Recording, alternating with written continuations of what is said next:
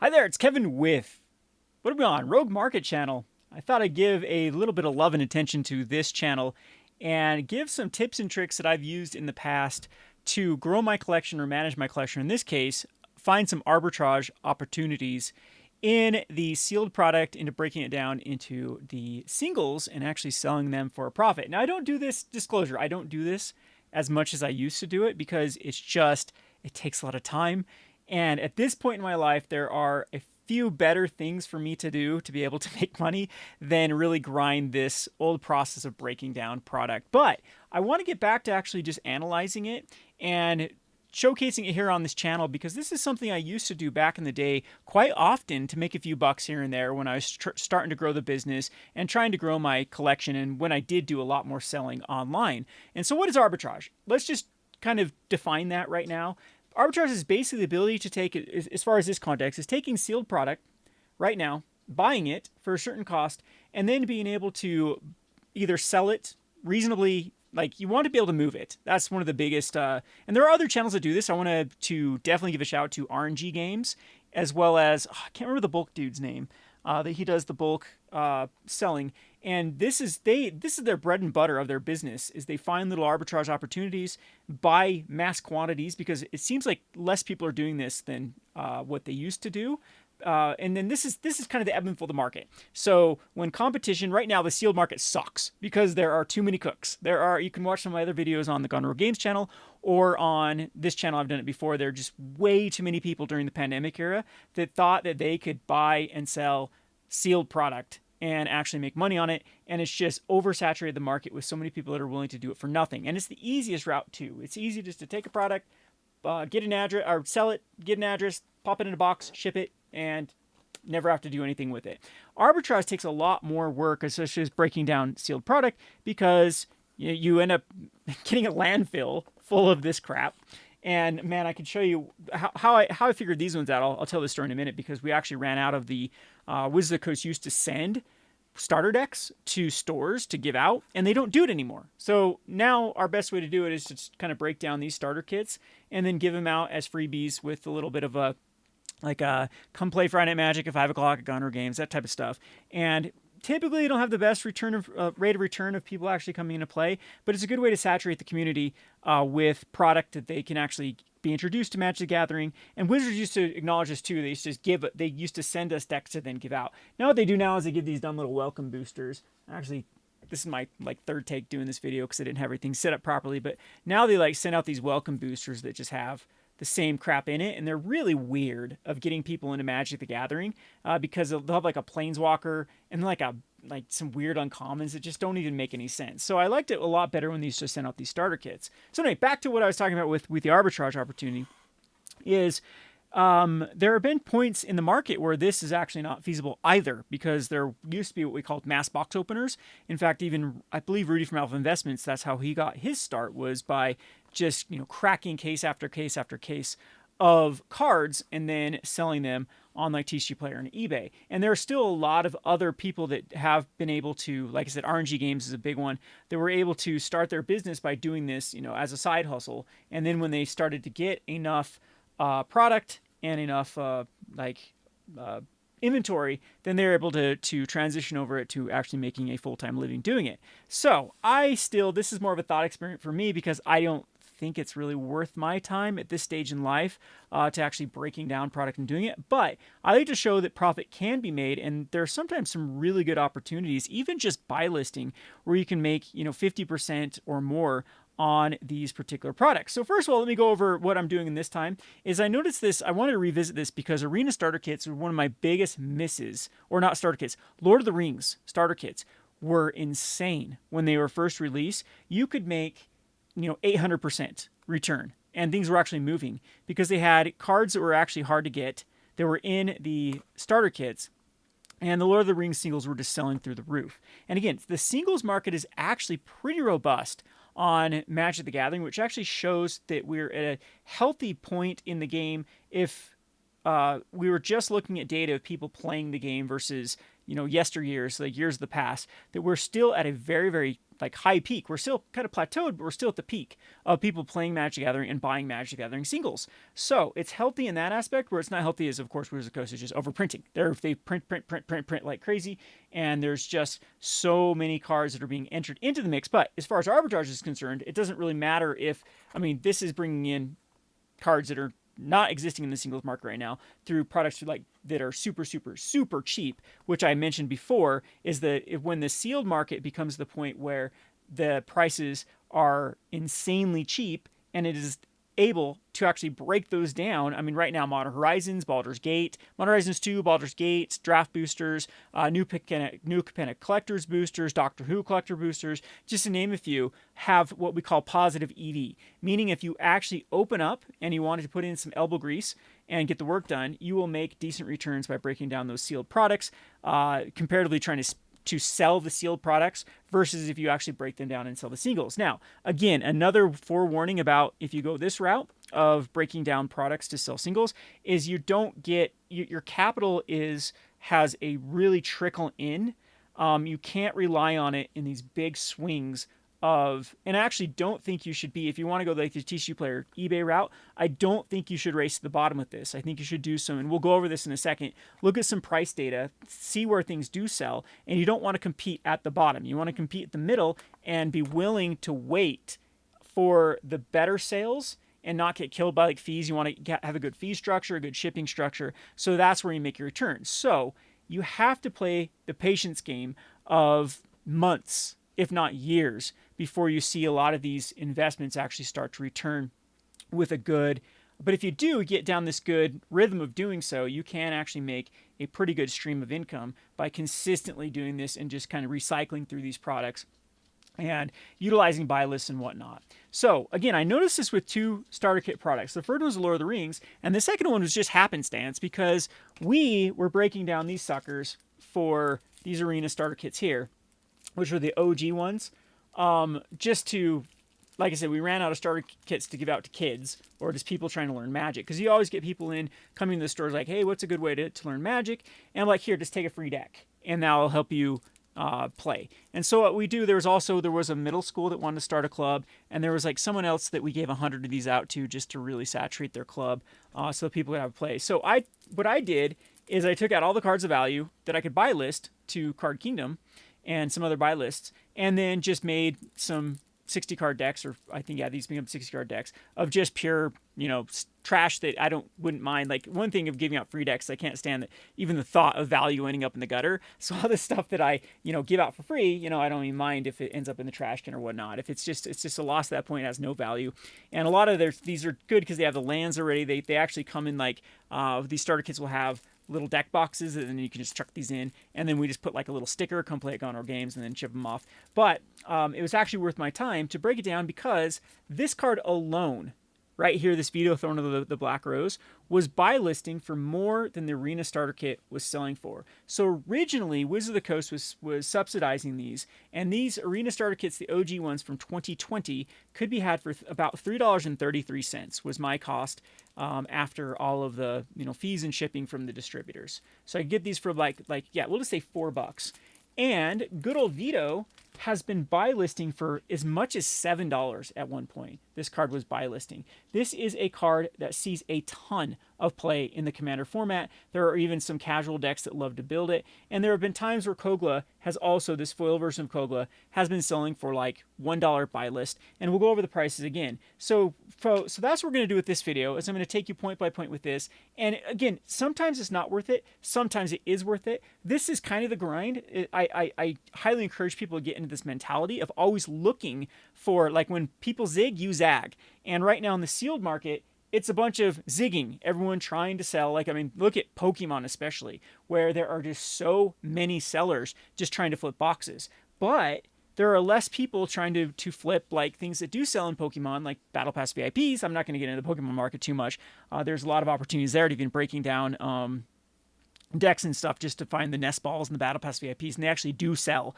And we're gonna show that here on this video with the Magic one. A lot of these cards actually do sell, and you should not underestimate the casual market for a lot of these type of cards. And if you don't even want to go like the buy list route, there are a lot of other routes you can go to actually, yeah,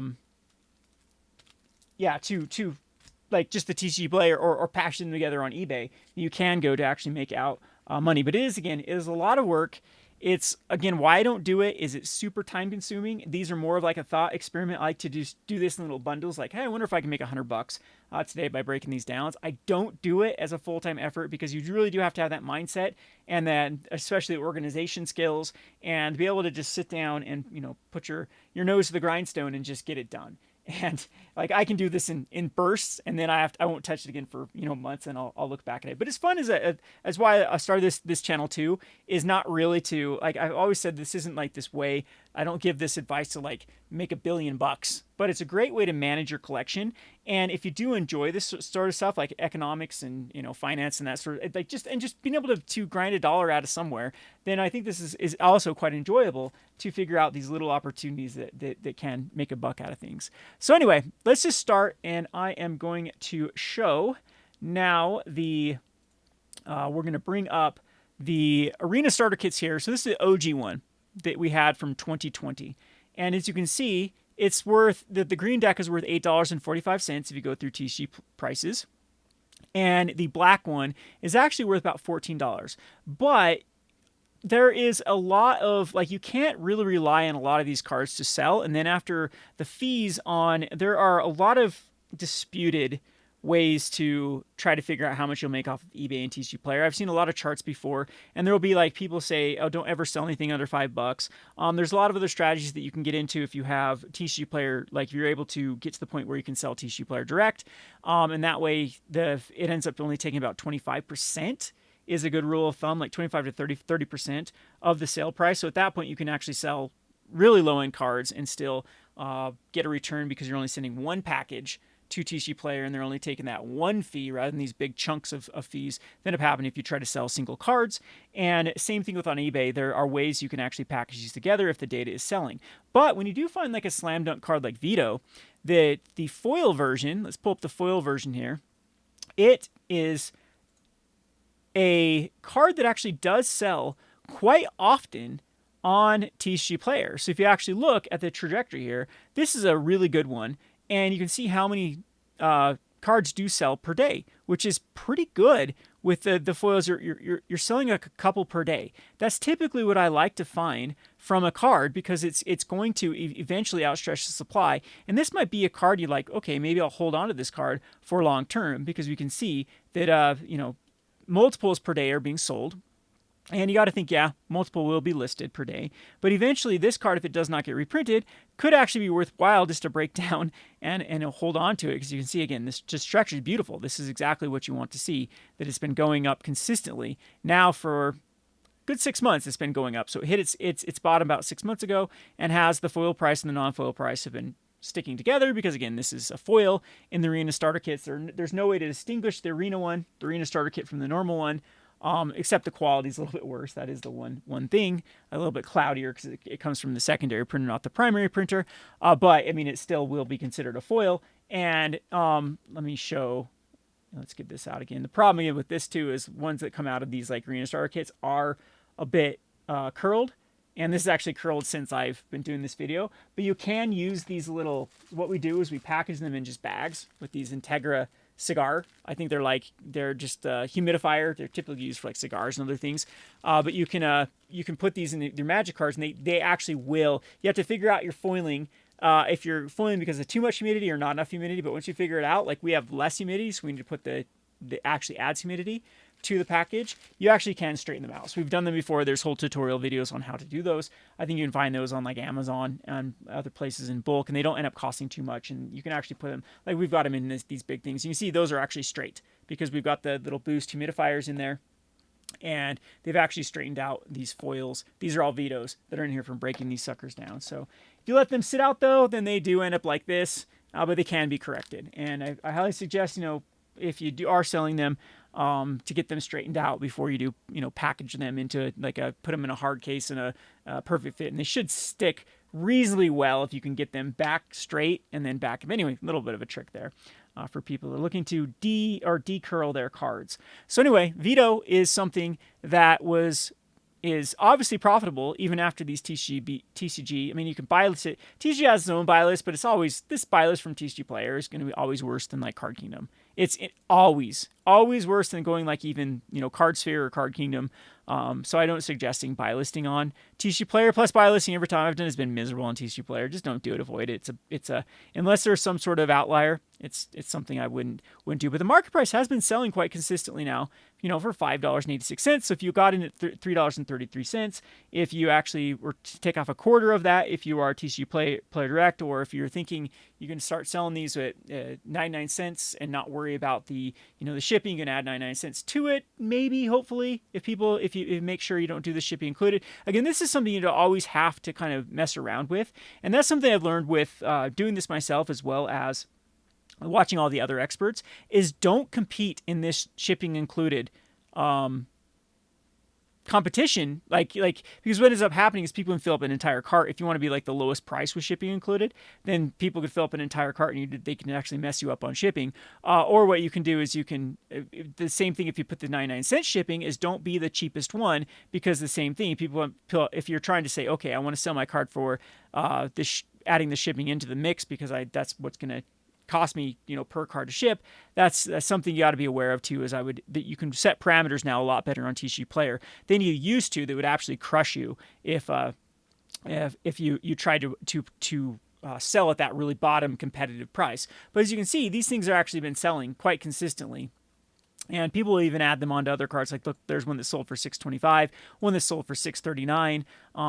Again, if you're on direct, I know there's a lot of ways you can actually sell them. And then what I've, again, from experience in other people, is you think that it won't sell at a higher price. These things do sell at higher prices. If you are a consistent seller of doing this and you get consistent rebuys from your cart, these things will sell. So there's a pretty decent profit margin just from the Arena starter kits.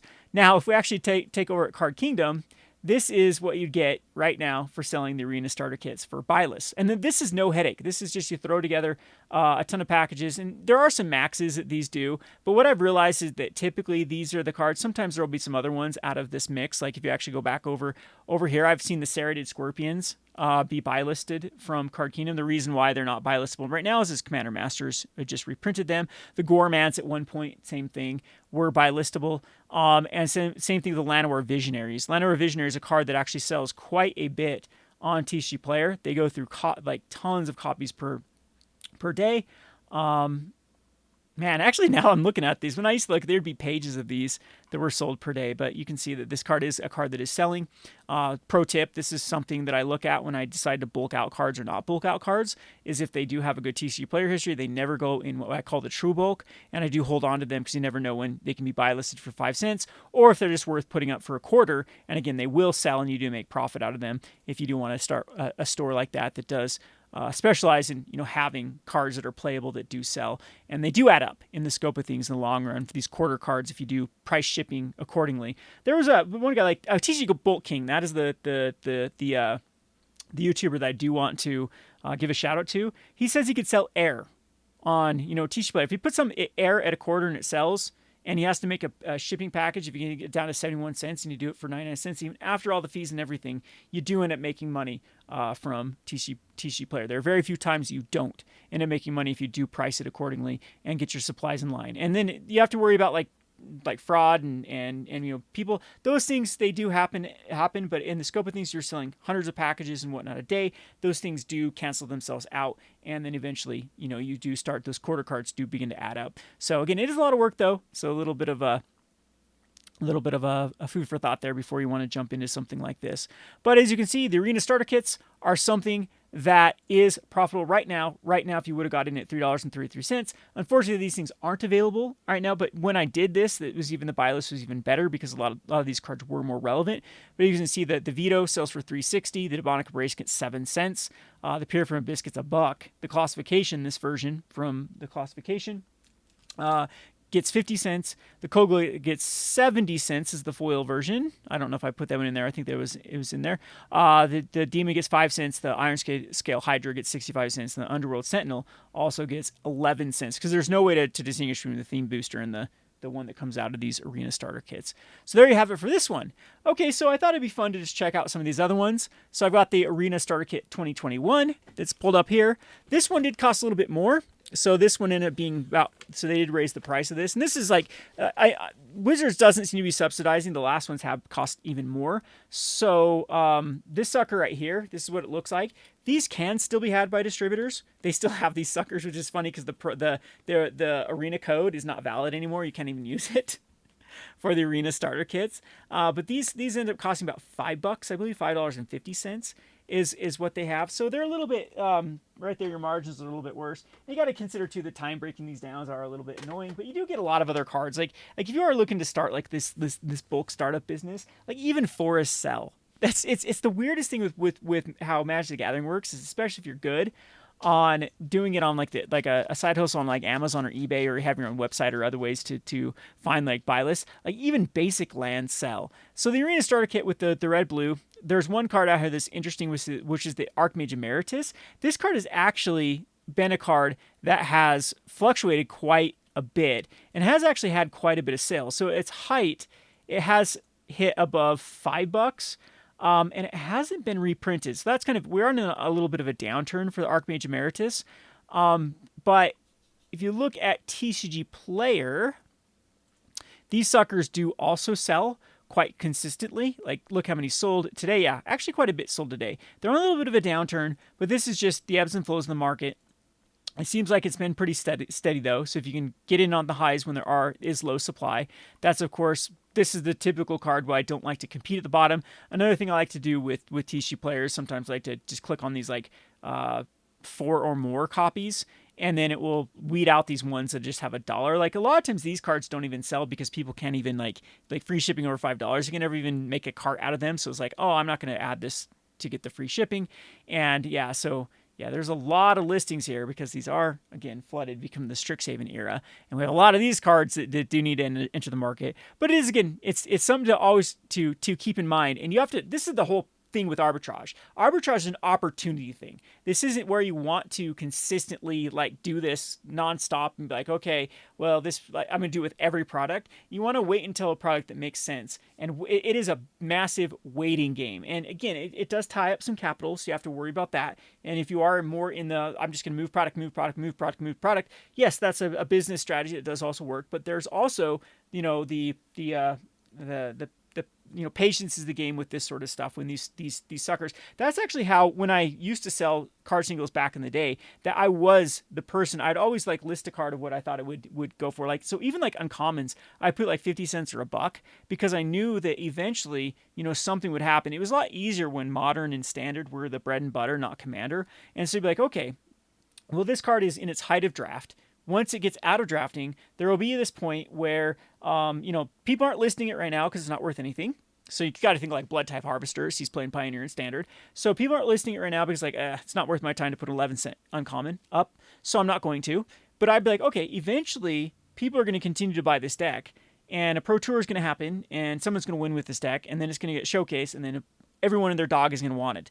And then what ends up happening is you see these big swings in the marketplace where TCG Player can actually be bought out on a certain card and there wouldn't be any left. And so I'd be that guy that would be ready for that time when you could actually sell those and it's temporary. You couldn't rely on this because then when people saw it was going for $1 or $2, then everyone would sort through their stuff and grab it all out, and they would, they would put it up on for sale. So that's kind of the other strategy that you have to do with something like the Archmage Emeritus. Is I wouldn't be trying to compete right now for $2. Obviously, these suckers have sold for months and months and months. They've sold for as much as $5, $5.50, $5.10. So this is where you want to make sure you hit the opportune time, is hitting these type of margins, because then it is worthwhile to break these. I mean, right there pays for the arena starter kit. I mean, of course, not after fees and everything else, but it gets a good chunk of the way there of going for the arena starter kit. There isn't a lot of other things. This is kind of the worst one.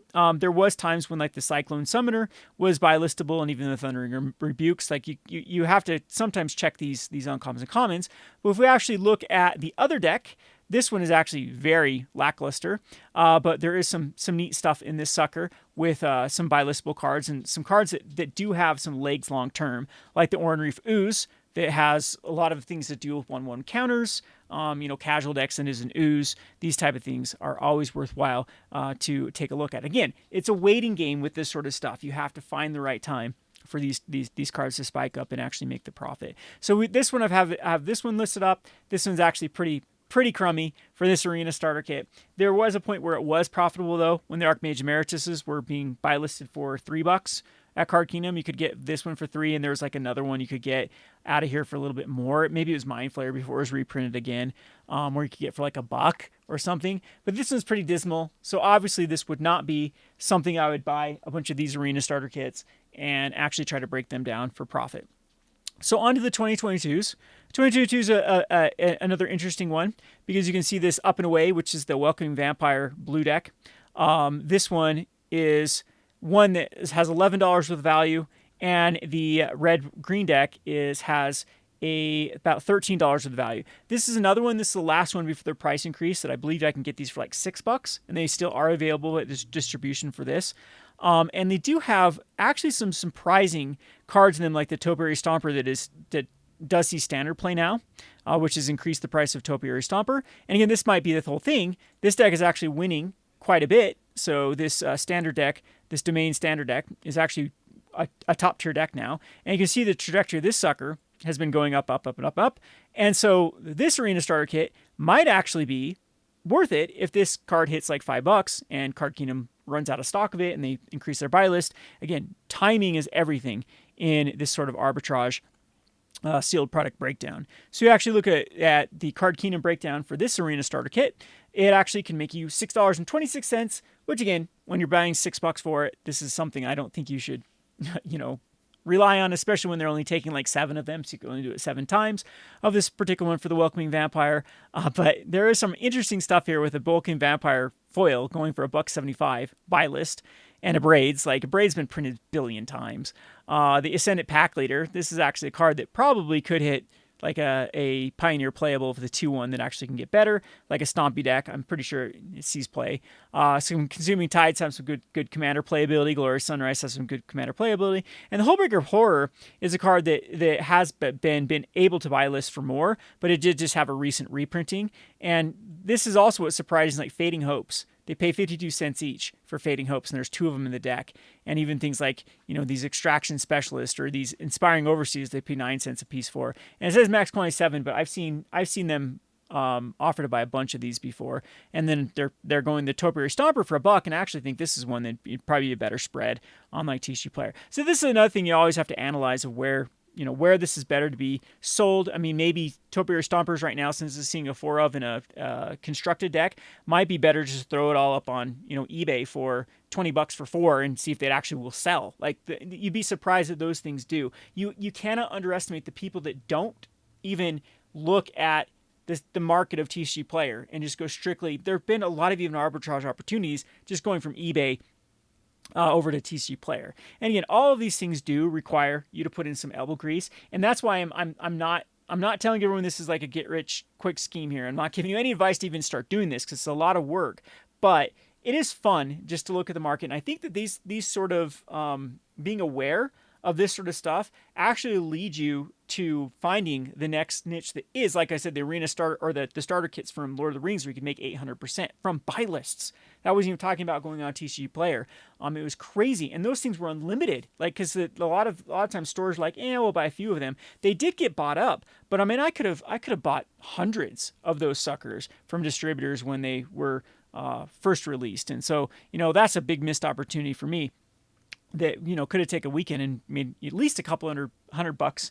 You probably would make some pretty good change per hour after doing that, especially if you have a good streamlined process of actually doing this. So this one is definitely on the watch list. because there are plenty of these still available at the $5.50. $6, I think, is about how much they cost, $5 to $6 from distributors. Unfortunately, Wizards has put an end with these last ones. If you actually look at this last Arena Starter Kit, they've made the packaging smaller, and I believe they've got rid of the foiling on them as well. I can't remember if these are foil or not. And they have increased the price. So unfortunately right now, but these are things that distributors do dump. I don't know if the original cost of these were $6, but multiple distributors have been selling them for $6.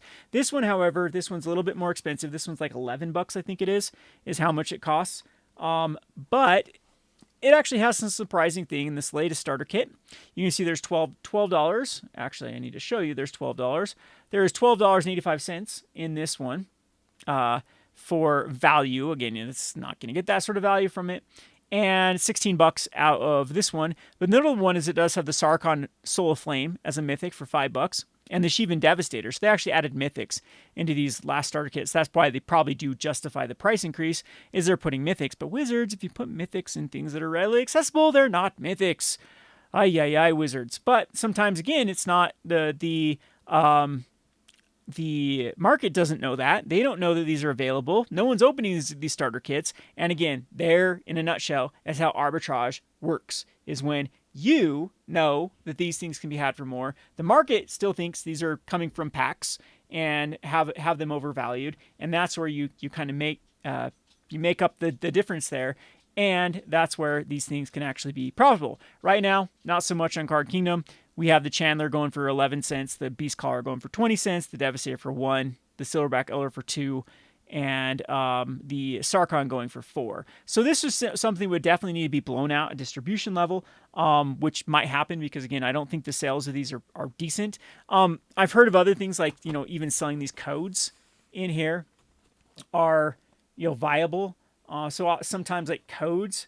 And I've even heard of people selling these these deck boxes, these little flimsy deck boxes for cube players, that they actually can be sold. Like this type of stuff is so crazy. It's called the long tail theory of everything has value, and sometimes you can make more money on the things that aren't competed for. So people looking for used rubber bands, there's someone out there looking for those, and there's like very few sellers selling those, and so you can actually make a pretty decent profit on being the only seller selling that one thing that people want. And it's been pretty crazy that's the thing. Like, of course, this is some route you have to go like the eBay route, but even selling these 2-player deck boxes is something that can be done. And that's where I found there's been like RNG Games, again, great a place where he's found little niches for that. It's like, wow, the dice out of this set actually sell for more than the cards, and I'm the only one selling them, and I'm selling 5 per week. And it's like, it's crazy that these things can happen. So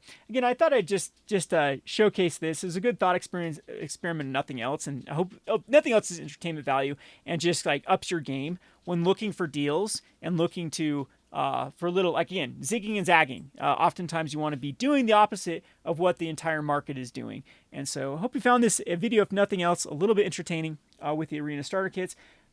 Full spoiler, I don't do this as often as I did in the past. I have, though, like, we have sold so many vetoes. So, I mean, this little, it's going to take a while for this little investment, because I still have, packets and packets of them. But we've sold so many here locally for people looking for, vetoes for their commander decks. And again, if you can actually even find ways to be like Facebook group sellers and stuff like that. Like, oftentimes you don't want to compete in the most saturated market. And TCG Player became so convenient. Yes, it gives you so many eyes. It gives you so many people that are wanting to buy your stuff. But oftentimes we don't utilize it too, because it's just such a competitive market that I'd rather find a place like locally where the only people can come and buy it. So I can actually sell things at TCG, mid, rather than try to go for market. And if you can find those little niches too, those are other ways that you can, have a leg up on all your competition to finding those ways to eke out, an extra 10%, 20% of what you'd have to do by going like the kind of lazy route. I wouldn't say lazy, but the more common route of like the TCG Player and the eBays.